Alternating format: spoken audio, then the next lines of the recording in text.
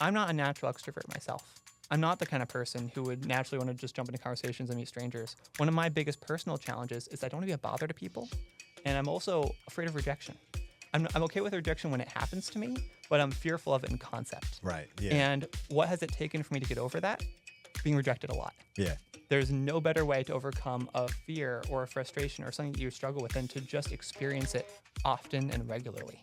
And they're like, who's this 23-year-old kid working out of his parents' attic who, is delivering these kinds of outcomes?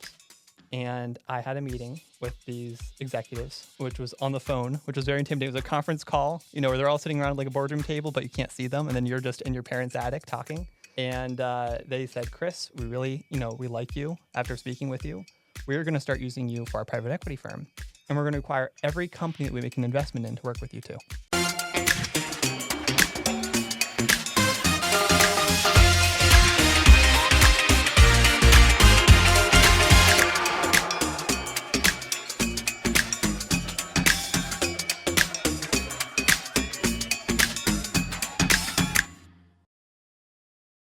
Hello, everybody. It is your host, Tato Datson, and I am here with my lovely wife, Naomi. She's going to be on the microphone today. How you doing, Naomi? Doing good. Thank you. Awesome. Welcome to 23 Journeys, a network for creatives, where we talk about, how to network. We talk about the do's and don'ts, and we get great stories from people who work in the industry on networking. And today we have a great guest. I'd like to introduce my friend, Mr. Chris Gittings. How you doing today, Chris? Honored to be here. Awesome. So Chris has a great company called Cogent Connections. They're a marketing firm. They host networking events. They're located out in New Jersey for all my New Jersey fans. And Chris is here today. So, hi. You're doing great today, Chris? I'm doing lovely. Awesome, man. I know a lot about Cogent Connections and stuff, but how about we give everybody a little background on who you are and like what Cogent is? Sure. So Cogent's been in business for 4.5 years. We started in June of 2020. And it is a business that is built around building relationships. So we help companies in their relationship building processes, whether it's to hire new employees or even to help people find jobs or to help companies acquire other businesses or get acquired by other businesses or seek investors or most often seek out client relationships or client referrals. Awesome. That's fantastic. And then when you got started? In June of 2020. June of 2020. Yeah. Awesome. Yeah. And we had a great conversation prior about like how it all just happened. It kind of just fell in your lap, right? It did. Awesome. And that's the thing about when you are growing a business, like things just kind of just happen a lot of times. Obviously we always want to come with a plan, because if you fail to plan, you plan to fail. That's what I've always been told. But in your case, your story was just kind of like, hey, let's hire you, bring you on and stuff. Tell us a little bit about how that started up. Yeah. So there's this thing with marketing firms where when times are good, when the economy is doing well, you want to invest in growing your business. So you might want to invest in more marketing, new strategies. When times are bad, when there's a recession, you now need to invest in strategies to acquire clients and stay afloat. If there's a crisis, like the 2008 financial crisis or 9/11 or COVID hitting, everyone stops buying. And every company realizes that they're on a runway, at the end of which is the end of their business. And so they're trying to extend their runway as much as possible by cutting any costs they can, waiting it out until companies start buying again. And that means that marketing firms get crushed. So when, I attended an event 2 days ago that was an economic report on, how we think the economy is going to go in 2025. As a marketing firm, my understanding is the only thing that matters is a crisis. So we really don't want a major war to break out. We don't want a major pandemic to break out. We don't want a major volcanic disaster to happen or a exceptionally powerful hurricane. Those are all things that might disrupt our business. And that disrupted the business I was working at. So I was working at a marketing agency and COVID hit and the company lost 2/3 of their clients in a week and they just closed down. And frankly, it was one of the best things that ever happened to me because I had been wanting to leave. And that was the push that I needed. I'm not having the confidence at the time to go out there and seek opportunities for myself. And even after I left that role because it didn't exist anymore, I had an opportunity that actually came to me where one of my former clients found me and said, Chris, we really liked working with you. Is there a way we could keep doing that? but we don't want to hire you though. So could you just like provide us services the same way you were within this prior business you were at? And I said, sure. And so things spiraled from there because in the first 3 months I was working with this one company, informally, because I didn't even have an LLC set up, I generated them $250,000 in closed business and $1 million in quotes, potential business.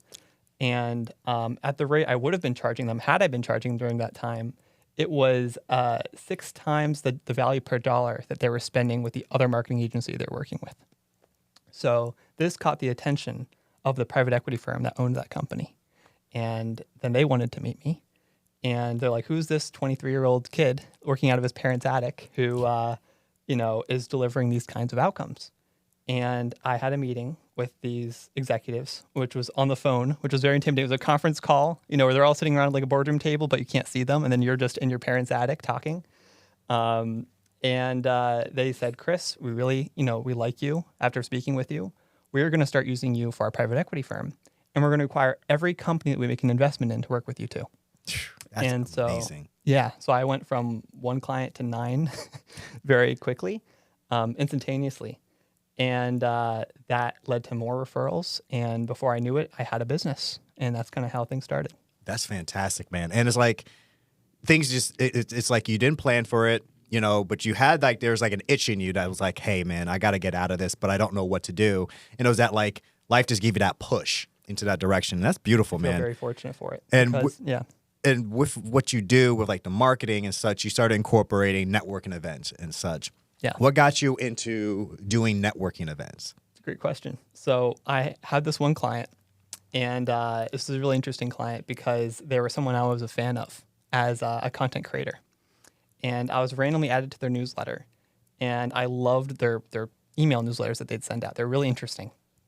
And I enjoyed these newsletters so much that in my free time, I actually went into the archive of prior issues of this newsletter that I had never seen and was enjoying those iterations of the newsletter. And I found this one article, and the article was, I love random phone calls. And it was just a very short, here's my phone number, feel welcome to call me. I appreciate random phone calls. And so I called this influencer who I was a fan of, and I told him about how I loved his bacon recipe. He did this article that was like the different ways of cooking bacon and which one's the best. And I tested it out, and I was like, yeah, cooking bacon in the oven is actually the best way to cook bacon. Thank you. And so he's like, oh, clearly you're someone who knows my stuff. And we start this conversation. And then he turns around and asks me, what are you up to? Like, what's your story? And I tell him about how I just started my business. And he said, that's really cool. I want to try out your service. I'm like, interesting, because I didn't really even know how I'd provide him a service. He's like, what do you think I could help you do? He's like, I want to reach more people with my newsletter. I want a strategy from you on how I can do that. And I said, okay. Should we set up another time to have a meeting? He's like, no. Let's just do it right now. So this was one phone call. It went 90 minutes. And by the end of the phone call, I had a running client who was a large, successful influencer who I was supporting, in addition to a bunch of manufacturers and a private equity firm. And so I worked with this guy for several years. And at one point, he was writing a book. And it was called The 2-Hour Cocktail Party. And he gave me a manuscript for the book. And he said, Chris, I need you to read this book and test out hosting a cocktail party using the strategies in the book and then report back to me on how it went. So I got the manuscript, and he sent it in the mail, and I hosted a party in my home. This was February of 2023. And I actually hosted 2 parties because people couldn't line up their schedules, and I wanted to let everyone come. And they were a lot of fun. And I was like, oh, I could do this more. And very just randomly, there was this opportunity I got where I knew somebody who ran events for a hotel. And it's this hotel in Brooklyn called the Williamsburg Hotel. And they have this beautiful rooftop. And she said, you are allowed to bring 75 people to this rooftop sometime and host a party there. And I was like, well, I'll use the strategies I learned from this book, and I'll try that. So 1 month later, in March of 2023, I hosted this party with a bunch of strangers in New York on the rooftop of this hotel in Brooklyn. It was a lot of fun. And I was like, okay, I can host parties, like, professional parties. And starting, in May of that year, I made a commitment to myself that I would host a professional social every single month from that point on. And ever since then, I have. It's been over, a year and a half. And at least once a month, I've hosted some professional large gathering somewhere in Greater Philly or New Jersey or even New York, and sometimes several events a month. And I put a lot of thought and care into not just bringing people together for a networking event, but to make it fun. Yeah. And if you're going to be an organizer, one question I think that's important for any organizer to answer is, why should you be organizing? What are you bringing to the table that no one else is? And I think a lot of people organize fun networking events, but I think the kind of events that we organize are unique in just how far they take that effort to create fun and to mix that with professional networking. I think we do that more than anybody. Okay. Like just as an example, in a week, I'm going to be organizing a karaoke night, a professional mixer that's a karaoke night. So we're going to get 80 to 100 professionals together in Pensacola, and people are going to network and exchange business cards and have great food and drinks and also sing. So we're always trying to move the needle on creating special networking experiences. That's awesome. So with you being a, professional networker and, creating events and everything, you just said a few things that you just talked about. What do you find, what do you find is a great way for someone like myself who's a creative, like photographer, videographers, musicians, artists that have come to your events? What are ways that they can maximize using a networking event to really help them succeed and such? It's a great question. So with any business, even if you're not in the creative field, but especially if you are, it's really important to start with a goal and work backwards to say, what do I want to get out of this, right? Do I want more gigs? Do I want more connections with key people who can introduce me to other people who I want to meet? Do I want to have a relationship with the venue owner who might pull me into more engagements there? What outcome am I seeking? And if you have a really clear sense what your outcome is that you're going towards, the steps to getting there become more clear. And I think it honestly changes a lot depending on the individual professional. Most professionals, when I get to meet them, have some level of work experience. And so they have some experience in knowing the kinds of people who are most likely to refer them opportunities. When you go to a networking event, it's not always about, in fact, most of the time, it's not about finding someone who you can provide services to. It's about building relationships with people who are going to know people you can provide services to and are going to help you get that opportunity. So you want to know who your end client is and have a clear, customer profile. But separately from that, you also want to know who is positioned most favorably based on their work experience or their job or their work background to be a good referral partner for you, and then to seek out those people while you're networking. Right. Okay. Yeah, and referral partners are extremely important. For instance, me being a photographer, videographer, venue owners are great referral partners because when they book an event, people always will ask them, like, hey, I need a photographer or videographer for my event. Who do you know? And I've gotten plenty of referrals from different venues that I've partnered with and made relationships with. So that's solid advice right there. So if you were to attend our karaoke night in a week, you might go up to folks, and as you begin talking to one another and they ask you who you're looking to meet, you might say, I'm looking to meet people who are organizing gatherings like this. I know Chris, but I'd like to meet other people who also organize gatherings. And I'd love to, get to know people who run venues that often host these gatherings for different professionals. There's certain venues across New Jersey and Philly that more often host professional events. And the owners generally have an attitude where they recognize the value of bringing professionals together into their spaces. And those are folks who are then much more likely to end up building, very productive professional relationships with you. Awesome. There's this one networking friend of mine who taught me a lesson that's really stuck with me when it comes to talking to people in those kinds of networking settings, because it's intimidating. It's going out and finding yourself in a room of 60 strangers and figuring out how to start conversations and how to make that a productive time and to not overwhelm yourself. It's very intimidating. Yeah. And when you're at a professional networking event, the first thing you got to do is you've got to just join a conversation. So if there's 3 people sitting in a group or standing in a group talking to one another, just join the group. You don't need permission to join. You're allowed to just be there if it's a professional networking event. And eventually someone in that group will turn to you and welcome you in and invite you to introduce yourself to the group. And then you just start building relationships from there. That very simple piece of advice is one that I could have used and took me many months to figure out. Because I would attend events and be like, I don't want to bother anybody. Everyone's talking to each other. I'm just going to stand here awkwardly on my own until someone pulls me into something, right? You don't want to do that. Yeah. Join a conversation And when you find, you overstayed your welcome in a conversation, you leave that conversation and you join another one. Or even if you just felt like you got to the end of where that conversation is going to be productive for everyone involved. Same thing. You just remove yourself from the conversation, say, hey guys, great meeting you. I'm going to walk around. I hope to catch you again soon. And you join another group of people and you start building more relationships. But another really key issue is you don't want to be inauthentic when you're building relationships. And oftentimes it can feel like if you're just jumping into a conversation and then talking about yourself and then jumping into another conversation talking about yourself, it doesn't feel right. And you don't really feel like the people who you're talking to necessarily care about what you're sharing. And it's just not overall a good experience. So you're like, you might come back to me and be like, Chris, I tried what you said, and I don't really feel like I'm authentically building my business and building relationships in the way I want to be. Right. And this is where that piece of advice from my friend comes in. He said, Chris, I never talk about my business until someone asks or if they ask.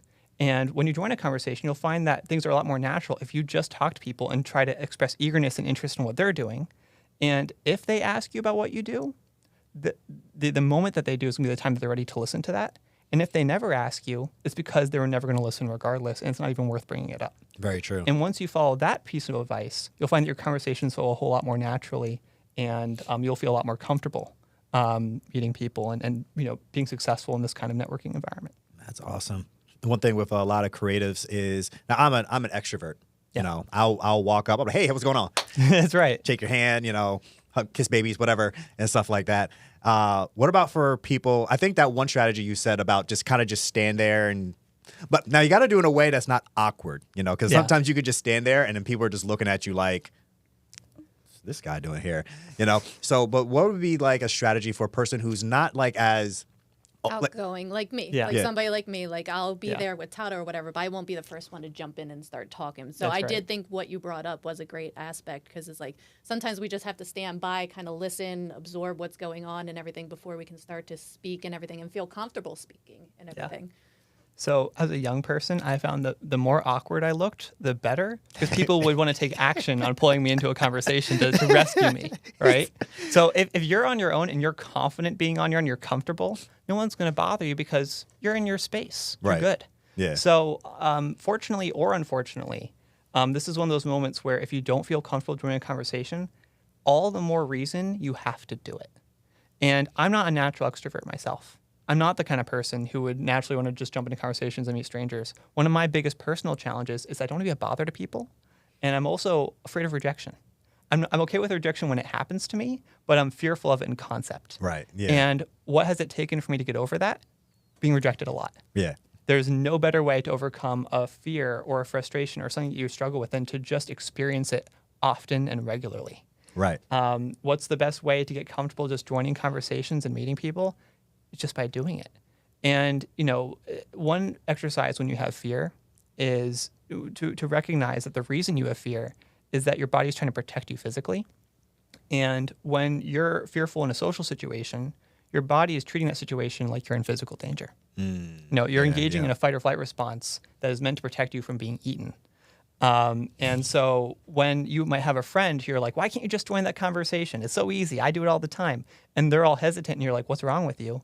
You have to be empathetic towards them and appreciating that their body is telling them, you're going to die if you enter this conversation, right? It's really scary. But then once they're aware that, oh no, this is just my body, messing with me to try to protect me, but it doesn't understand what's going on, it gives you, it equips you to say, I need to go in and do it anyway. And then when you do it and do it once, it's going to go well. And you're going to feel more empowered to be able to do it again. And then you might take a break for like a month or two and not go to any networking events. And then you'll find that fear will creep back in. And when you recognize that fear, it's like an enemy. It's like playing whack-a-mole. Like, now I have to go in. I have to dare myself to overcome that fear and that frustration. Otherwise, it will consume my life and it'll prevent me from being successful and happy.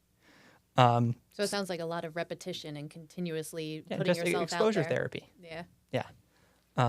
And there's something else I was going to say about that, but it will come back to me.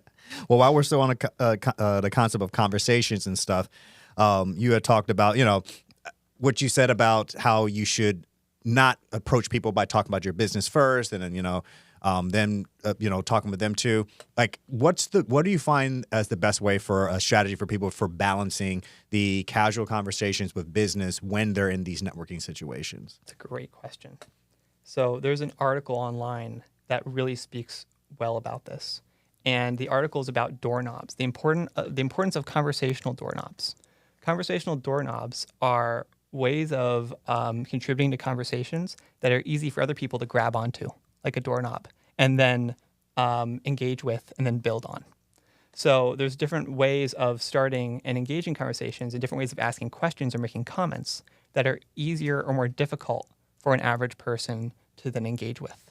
And I recommend reading the article because it does a really great job explaining the importance of small talk, which is something that, sometimes we don't appreciate, where, I'm the kind of person where if you, introduced me to networking, you said, Chris, one of the really important things, when you go to a networking event is that you don't start talking about professional things right away, but you instead talk about, you make small talk with people and warm up a conversation. I'd be like, please. We're here to do business, right? We're here to build relationships, and we've got to be productive. We don't have all day. I only have 2 hours at this event. I want to make the most of my time getting to know people, and I don't want to waste time talking about the weather, right?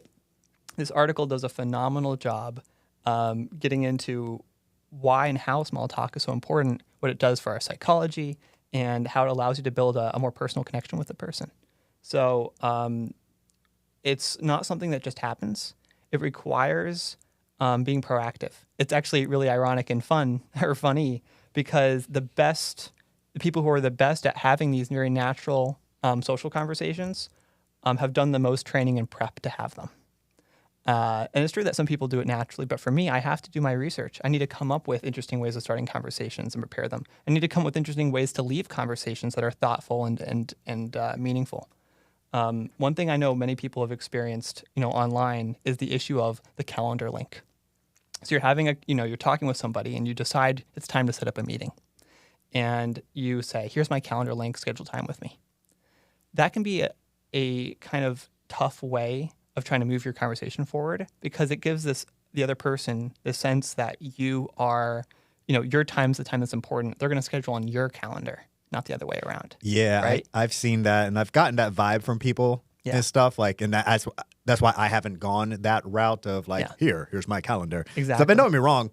I think that is a great thing to do, especially if it's on your website. I just don't think it works well in the more face-to-face environment. I feel like in that you should have a more personal approach where it's like me and you're talking at an event and I'm just like, hey, Chris, we should talk and have coffee, go over this stuff and everything like that. Are you free Tuesday? Yeah. I think that's the better approach versus, all right, cool. Hey, let's have coffee. Here's my calendar link. Yeah. Well, the point I want to illustrate is, let's say I'm having that virtual conversation with somebody and we want to schedule and we decide a calendar link's the best way to schedule. If I just share my calendar link, say, please set a time with me, for better or worse, I'm implying that my time's more important than theirs. But if I just slightly rephrase that offer and I say, hey, I would be glad to schedule with your scheduling link if you can share it with me. Otherwise, here's my Calendly as well. Now I'm offering my Calendly link, which they have an 85 to 90% chance of using versus sharing their own. And I'm not, putting myself in a position where I think, or I'm giving them the impression that I'm more important than they are. Yeah. And therefore I'm generating the outcome I want. Those responses are planned. And when you have conversations with people in person, when you want to think critically about how do I leave a conversation while leaving everyone who I was talking with the impression that I valued meeting them and I'm not trying to get out of talking to them because I don't like them anymore, finding the right ways to do that requires some planning. Finding the right way to start a conversation that feels natural and isn't, oh my gosh, the sun's really hot today, right? Also requires some thought and planning, especially for people for whom these things don't come naturally. And if you do plan, it will make your life easier. It will actually make those conversations feel more natural for you. And I highly recommend doing that. Something I'll do is I'll actually save some notes on my phone so that I can refer back to them if I get stuck. And that can keep my conversations flowing and make me feel like I'm touching all my bases and feeling comfortable and not creating awkward moments for people. That's very cool. That's very cool. Pretty great stuff, right, Naomi? Yeah. So we have another question. So in your experience, I've seen you've worked with different creators. Like I've been to your events and you've had videographers and like myself, photographers, videographers, and everything else like that. Do you find it... There's so many of us out there, Yeah. And doing these networking events, like, do you find it that for those who take the effort to actually go out to these events and talk with people, they find more success, or what have you seen or heard from like stories from some people? So in your space, there are many spaces that operate like yours. Marketing firms are one example, right? Where there's different kinds of marketing firms. But at the end of the day, a business might say, hey, I need marketing. I need to grow my business. And they don't know marketing. So they'll evaluate one firm or another firm or a third firm, and they can't really identify who's right for them. Same thing if you need IT, if you need legal help or accounting help.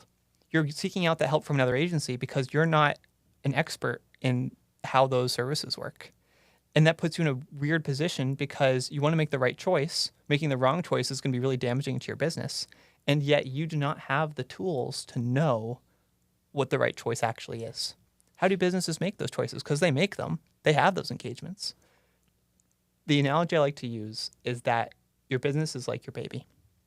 So if you're holding your 1-year-old child and you're walking down the street and a stranger walks up to you and they say, hey, can I hold your child? You're going to be like, no. You might even like punch them or threaten them and tell them to go away, right? And yet when we're sold to, oftentimes it can feel like that. A business coach approaches and say, hey, let me help you with your business. And, I promise you're going to grow really quickly when you start working with me. And you kind of feel that same fight or flight response of the stranger wants to hold my baby. Don't get me your hands off my baby. But there are times when, you have your 1-year-old child and you're like, I want to take my spouse out to dinner. What's going to happen to 1-year-old baby? I'm going to need to get a babysitter.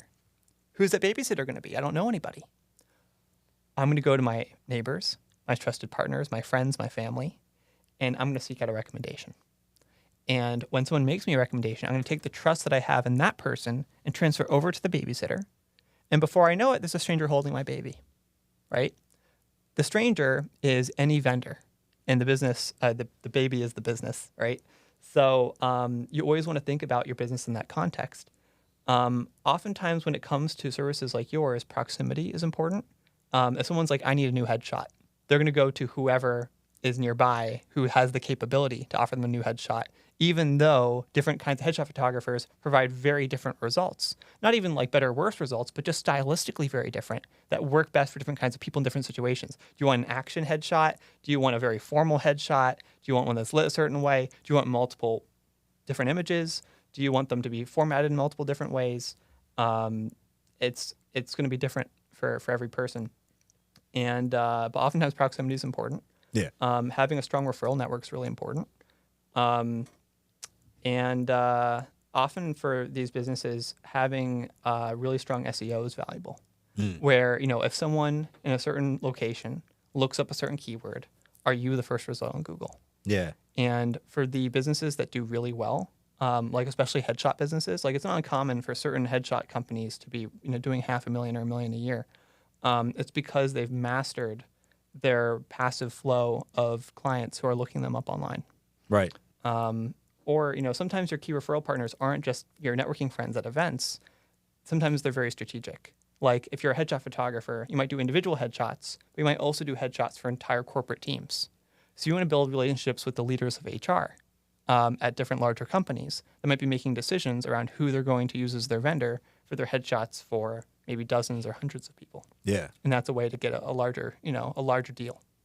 That makes a lot of sense. That's really helpful strategies and such. And when building relationships, a lot of people kind of look at sales where it's like quick and easy. But when you're networking and you're building a relationship, it's the long game. Yeah. So what would you say would be great ways to nurture relationships, especially, let's say like from a creative standpoint? What's a great way that I could nurture a relationship with a client or a networking partner? Yeah. Well, it's all about touch points. So you want to have touch points that are moving, that matter to people, and you want them to be at a level of consistency such that whenever anyone says, we'll use the headshot photographer example, I need a headshot. My headshot's getting really old. I need to talk to somebody soon. That the first name that comes up is your name. And there are a variety of ways you can create those touch points. One is by becoming an organizer of your own networking events, whether they're virtual or in person. One is to post regularly. And the last, and the one I think is actually the most important, just from an economic perspective of, for every dollar I'm spending, how much return am I generating for my business, is having a really compelling newsletter. And that newsletter shouldn't be a newsletter from your company. It should be a newsletter from you. A personal, professional monthly newsletter. And if you email everyone you know once a month, they're not going to forget you exist. I have this belief around content where content that's okay is okay. Content that's good, it's good. But content that's great is great because it moves people. And if people are moved, they're moved to action. Right. So, a lot of folks, will realize that they need marketing help. And a marketing firm will say, we'll post 5 times a week through your business page. And they'll put out these posts that get 1, 2, 3, 5 likes. Yeah. And that's not moving the needle for that business.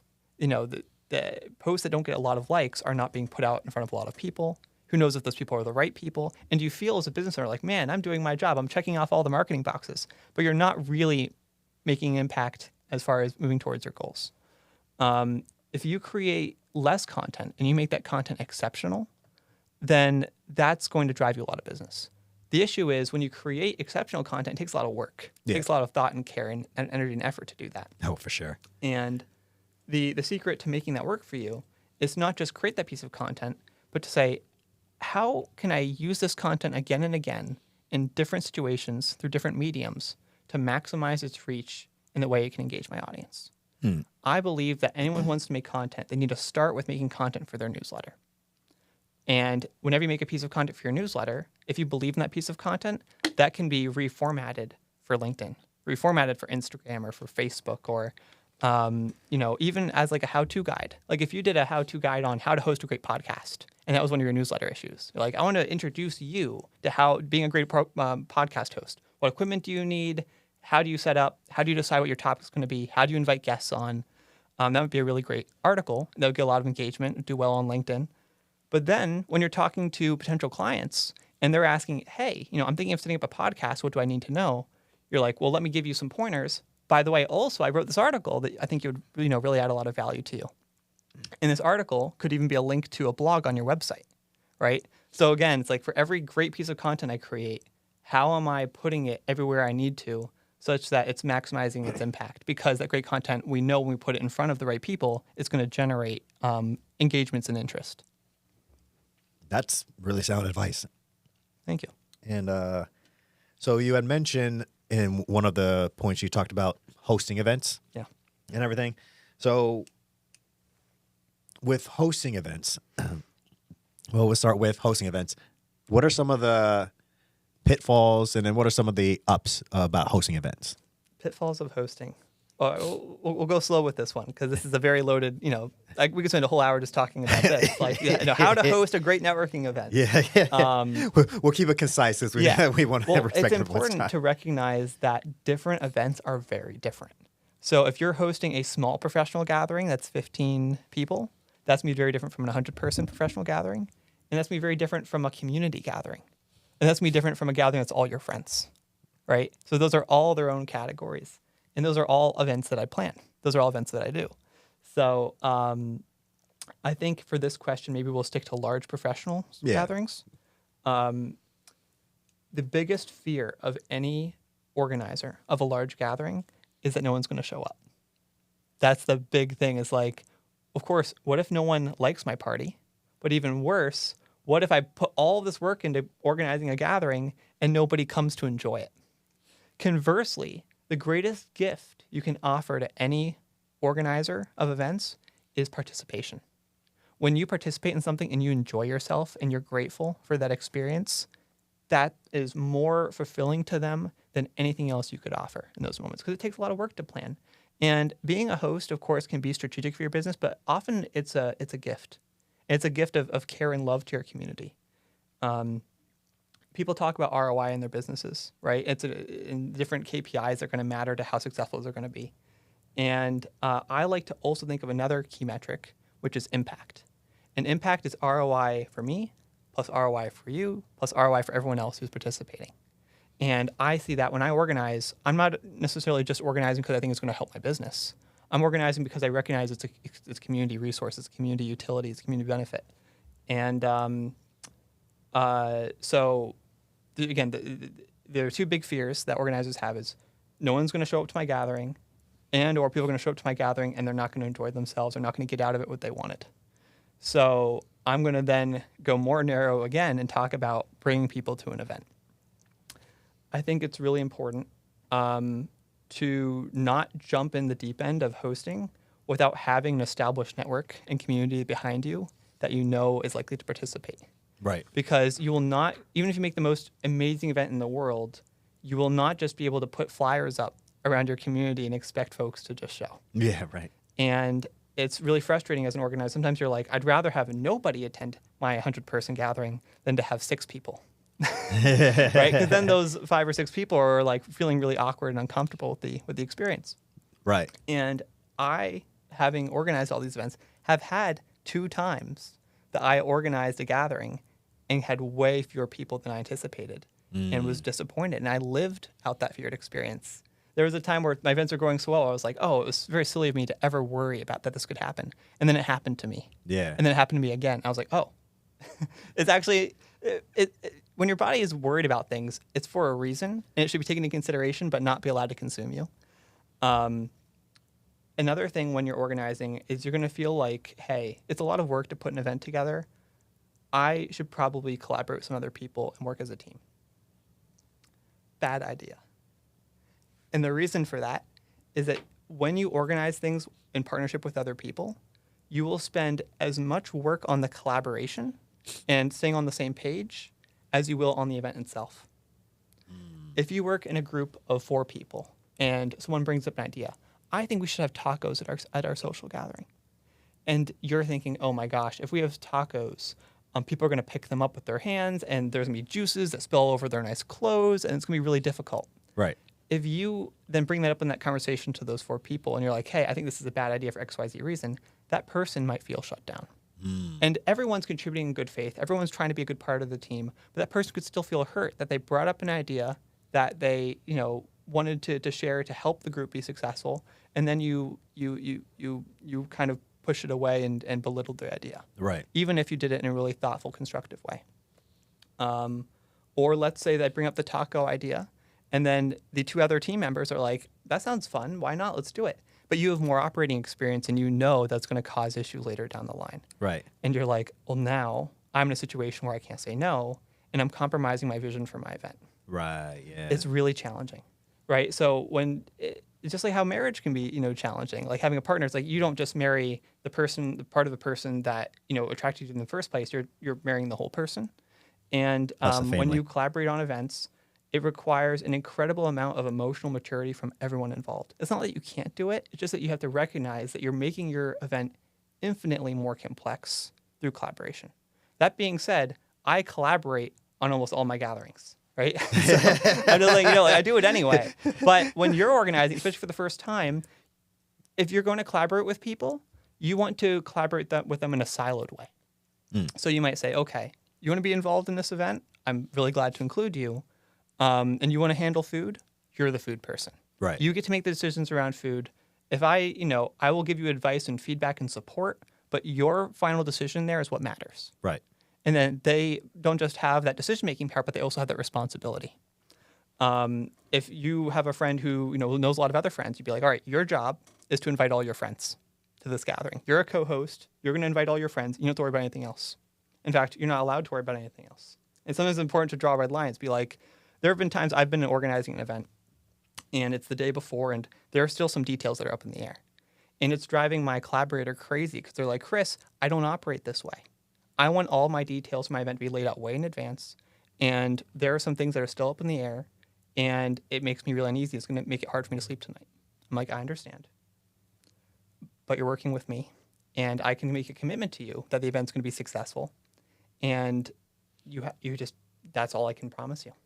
Right, and I'm going to take responsibility for making it successful and resolving these things that are in the air, but I'm not able to, put you at ease because this is something that's within you. Yeah. Right, and sometimes having those tough conversations and drawing lines, being like, you're not allowed to allow your fear and anxiety around this event to pervade our shared experience planning it. Yeah, because and the way that you make that happen is you set those guidelines really early on in how you're collaborating with people. Right. So there's a lot to consider there. There's two more things on event planning. One is that it's actually a lot easier, surprisingly, to plan an event than you'd think. And that's one of the big takeaways from the book, The 2-Hour Cocktail Party, is I don't need to have a fancy venue. I don't need to have fancy food. I don't need to have all these logistics set up. How can I take away things from my event and get to the part that matters? And then when I'm more comfortable, add in more fancy things, right?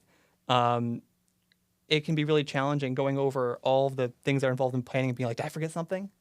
It's important to just do and to learn. Right. The final issue around event planning that I wanted to bring up, I have forgotten for the moment.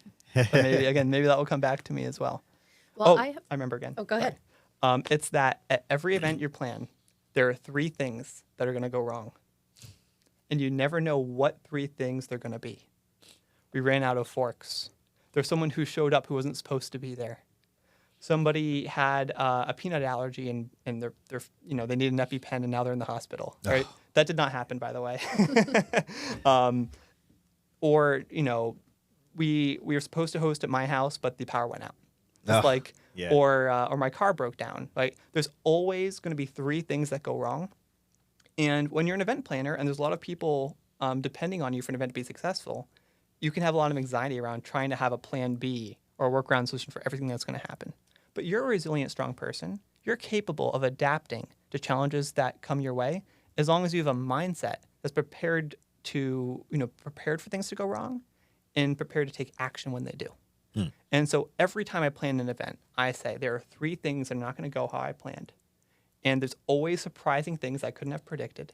And because I'm ready for them, and because my co-collaborator is ready for them because I warned them that this is going to happen, we have a better event experience. So when you plan your event, know that, prepare yourself for the 3 things that are going to go wrong too. And don't prepare for every contingency. Just prepare your mind to be able to adapt when those things show up in your work experience. That makes a lot of sense. Naomi, you had a question for him? Oh, it was relating to something else, a new topic and everything. So, okay. But I wanted to say, so with these networking events and everything, you mentioned also too about social media and a lot of that stuff. A lot of creatives now are that younger generation, everything and stuff that do things online and everything. Do you see a lot of them still coming out to the networking events and being beneficial for them? And then how, what they get from the networking events coming out? That's a great question. So it's generationally, how is it different for young people? How are they engaging with events differently? Mm-hmm. It's a great question. A lot of young people don't know how to network because the only way you really learn is by doing. And many young people don't reach a point where they really feel like they're in that kind of environment where they're going to be networking until they're a certain age, have a certain level of life experience. Out here in the suburbs of New Jersey, out here meaning where I live, I'm near Philadelphia. I'm 30 minutes from Philly. I'm an hour and a half from New York City. Young people love to live in cities, and very few of them live outside the cities. So most of the gatherings I organize are of people who are my parents' age. And there's only a few young people at those gatherings, and they're the same young people. And they're all my friends. Because whenever I see a young person, it's like a novelty. And I go, oh my gosh, another young person. We're friends now. We're going to hang out. I'm going to invite you to my next game night, right? When it comes to networking in the cities, you'll have a variety of young people. You have some who are really ambitious and also sometimes are rough around the edges with their social skills because of just, again, less life experience. You'll have some folks who are wise beyond their years. It really depends on where they're coming from. Just like how, life is full of a variety, even within a certain cohort of people, there's a lot of variety. But young people really love events that are free, and they love flexibility, and they also generally, again, have poorer social skills. One thing that I used to really hate was talking on the phone.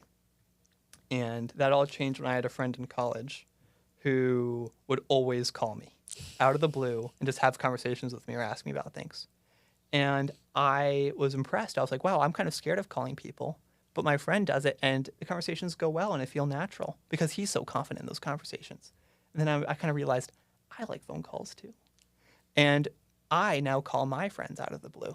Whenever I want to talk to somebody, I call them. And that's a weird thing for people of my generation to do. Mm-hmm. But young people, this is actually a secret superpower. once you learn to get comfortable with making phone calls, whether they're to strangers or to your friends, the world opens up to you because people will engage with you in a way that's immediate and productive. And sometimes it can also throw other young people off balance in a good way, where people are, just as they're intimidated making phone calls, they're also intimidated picking them up. Yeah. But they will. And if you need to put someone a little bit off balance, a phone call is a great way to send a message that you're confident and that you're taking charge in a situation. Yeah. Yeah. I think that's actually an excellent point. I think the younger generation tends to be more text message, social media messaging, posts and stuff like that. A lot of keyboard warriors versus when I do networking events and I meet with older generations, even older than my generation. I mean, here's my business card, and let's do a phone call. I've had this one guy, this one networking meeting. Great guy, he's awesome. He's always like, "Hey, next time you're free, let's have lunch," and we'll go sit down and have lunch and whatnot and such. And I think that is true. It's like the art of being a great person on the phone is a great skill that, especially nowadays, separates you because there's so much online. I think we're getting so inundated with ads on Facebook, ads on Instagram and everything. Yeah. So like getting a person who actually talks to us and have a conversation just kind of feels like, oh wow, this is different. Yeah. And it feels like that. Speaking on that, so we have networking events. Now, what do you think social media plays in a role? What role does it have? Yeah, what role does it have? Like now that, because obviously we've been focusing on traditional networking. Yeah. What about social media? If somebody were to maybe initially meet on social media and then network physically, or they meet physically and then they stay connected to social media, like what are some? Yeah. So as an organizer myself, where am I sourcing my attendees for my gatherings? Because I'm hosting gatherings that are usually between 50 and 120 people every month. The answer is I'm using LinkedIn and using social media. I'm reaching out to people I don't know and inviting them. And I'm building up my network constantly with people who I think are qualified to attend, who I think would benefit from attending gatherings. And then I invite them along. And I do so at scale. And I think everybody who wants to be an organizer should be looking long and hard at the tools that exist online and thinking about, hey, how do I attract the kind of people I want at my gatherings? And you'll find that even the way that you invite somebody, the way that you find the people you want to bring, will change the vibe and feel of the experience that actually results from it. So one thing that I really love is passive filters that lead the right people to you. And you might say, Chris, you're running active outreach. You're reaching out to a bunch of people and building relationships all the time. How is that passive? Well, if I reach out to 100 people to invite them to coffee, and 4 or 5 or 8 of them, usually realistically it's like 8 out of 100, say, I'll meet you for coffee. Those 8 people are self-selecting as the most social, the most engaged, the most interesting, the most prepared to sit down and actually have a good conversation with you. I don't want to talk to the other 92 people. I want to talk to the 8 who said yes. And when I host gatherings, I'm inviting 100,000 people to an event to get 120. The vibe of our gatherings is phenomenal. And it's because the kinds of people who show up and say, I'm going to attend this cool looking event run by this stranger, are people who are out there ready to have a good time, learn new things, meet new people, and are engaged and excited and available that day. Very specific, and living in a region where they can drive to wherever the event's going to be, right? So I'm not afraid of leveraging scale in a way that's strategic to have all of the people who I want to know the most come to me because of how I'm setting up my events. Very cool, man. Yeah. I got 2 more questions. So one of them is when we first met, and one way that we actually built our relationship too, I offered one of my services to help out at your event. We have a photo booth company. That's right. And I thought it was a great success. A lot of people loved what we did. I mean, I saw the crowd was just amazed. For creatives, what are, like, obviously I offer that pro bono, but like, what are ways that creatives can help networking hosts like you make their events more valuable, whether they do some pro bono or, I don't know, a discount, I don't know, something, but what are ways? So creatives need to be very careful because it's common that venues and organizers will try to pressure them into providing free services. And in your case, you approached me, and I was like, absolutely. But I always try to figure out, if possible, how to make sure that the value that someone's bringing to a gathering is returning back to them, whether that's through them earning clients from an event, whether that's through us sending out an email afterwards with all the pictures and highlighting your business like we did when you volunteered, or by finding what they're trying to estimate what their contribution was to an event and then to return that to them financially. It's also nice, like in any relationship, including a professional relationship, when you give 110% of yourself to somebody and then they're able to give 110% of themselves back to you, that's when you have something really special. And when I first met you, it brought me a lot of joy to get to collaborate with you, because you brought a lot of joy to our event. And also you came to that experience barely knowing Hillary and I with 110% of yourself. And I was very motivated to be like, how can I generate all of that back for you again? But creatives in general need to be careful picking out who their partners are going to be. And you need to establish that fit. You need to find a partner who recognizes the value you're bringing and who has that same attitude where they want to send that value back to you and won't take you for granted. I think when it comes to including yourself in an event, you want to do so in a way that is low cost for you, right? It's like, how much time am I going to spend on this? What equipment am I going to need to use? How much resources or material am I going to be deploying? Will I need an assistant who's going to help me? How much are they going to cost? And then also thinking really critically around the stickiness of your offering and how well it's going to stick in the minds of the people who are going to use it, and how it might relate to them deciding to use you in the future. To be proactive in talking to the organizer and saying, hey, I'm willing to do this for you for free, but would I be able to get the list of emails of all the people who signed up for this gathering, right? Or, would you be able to put out a post about this on your LinkedIn in addition to sending an email to all the guests, right? Just treating it like any kind of business partnership so that it works for you. And then, I would do it. Like if you find people like me out there, you should absolutely approach them and try to propose something if you feel that person's the right person, because if they are the right person, it is going to generate you business and it is going to move the needle. And the more different people you collaborate with, the more different audiences you're going to get in front of, which is nice as well. Right. And then one last final piece of advice that you could give to, people that are getting out there networking and such. Yeah. I think one really broad one, because it's a very broad question, and I have lots of pieces of advice I could get into, is, one thing that held me back for a lot of my life, and I mentioned this earlier, is this, concern about being a bother and this fear of rejection, and at least in theory rather than in practice. It's really important that if you have those limiting beliefs around how you operate, that you overcome them, and you overcome them through building relationships. Your call today, my call to action for you is you need to go out there and meet people. You need to go out there and build new relationships with different people. And I'm going to share a very quick story about this. When I was in high school, freshman in high school, I didn't have any friends, 0 friends. So as someone who's a professional organizer now, right, I was starting from nothing. I had 2 younger brothers who I was close with, and I didn't really have any friends in my life. And I was a sophomore in high school. I still didn't have any friends. And my parents approached me one day, and they said, Chris, you're not allowed to do this anymore.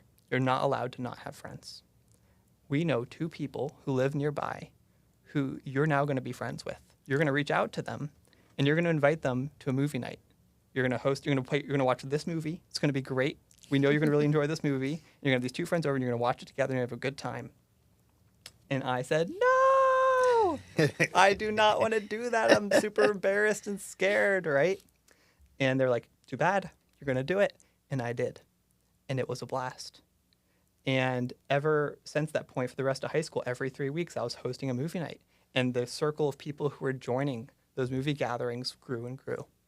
And if my parents didn't intervene and tell me, Chris, you have to get out there and meet people, you have to get out there and build relationships, I'd be sad and lonely.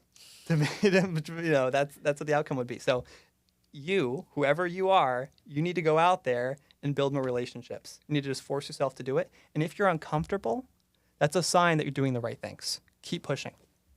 That's awesome, man. Chris, thank you so much for joining us today. I mean, it was great stuff. I mean, Naomi, I felt you learned a lot today, right? Yeah, I'm like a sponge. I'm just like over here listening to it all. Highest compliment I could receive. Awesome. Well, thank you so much, Chris. Maybe how can people get in contact with you? Through LinkedIn. So find me on LinkedIn. I'm Christopher Gittings on LinkedIn. Say hi. Say that you saw me on this podcast, and then we'll become friends. And I'll start inviting you to a bunch of really great social gatherings. So looking forward to meeting. Awesome. And you could also find him at cogentconnections.io. That's right. Right? Cool. So I'm Tyler Datson here with Naomi Datson, Chris Gittings. Thank you for joining us at 23 Journeys, a network for creatives. Have a great day.